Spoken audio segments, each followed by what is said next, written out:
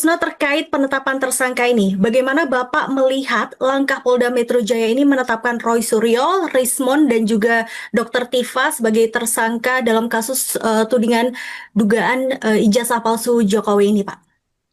Pertama, saya kan hanya mendengar sama saja ya dengan publik yang lain lewat media sosial atau lewat media konvensional. Polda Metro mengumumkan kan ada 3 klaster kalau nggak salah, tetapi tidak diberitahu misalnya alasannya menjadi tersangka sudah ada alat bukti berupa apa ya. Hanya dijelaskan bahwa sudah sekian ratus saksi yang diperiksa, kemudian sekian banyak ahli. Mestinya itu bukanlah menjadi apa namanya menjadi patokan yaitu menentukan bahwa suatu perkara itu cukup bukti atau tidak.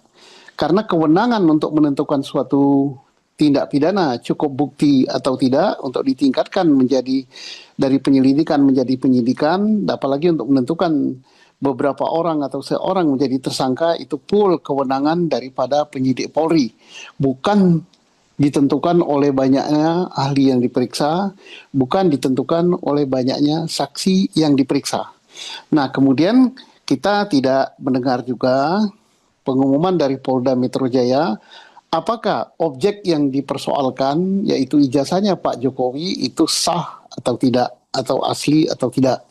Itu tidak kita dengar gitu, karena kalau saya berpandangan ya bahwa karena objek daripada perkara ini adalah ijazah gitu.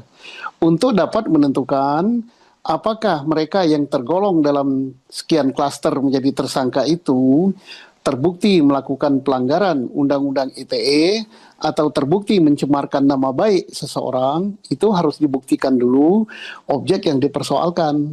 Yang dipersoalkan adalah ijazah.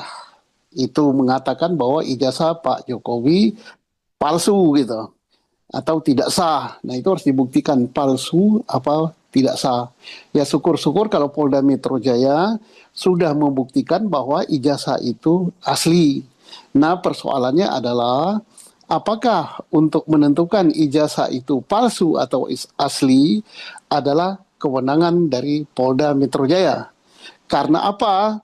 Karena ada dua pihak yang berbeda pendapat, yaitu Pak Jokowi bersama UGM mengatakan itu asli.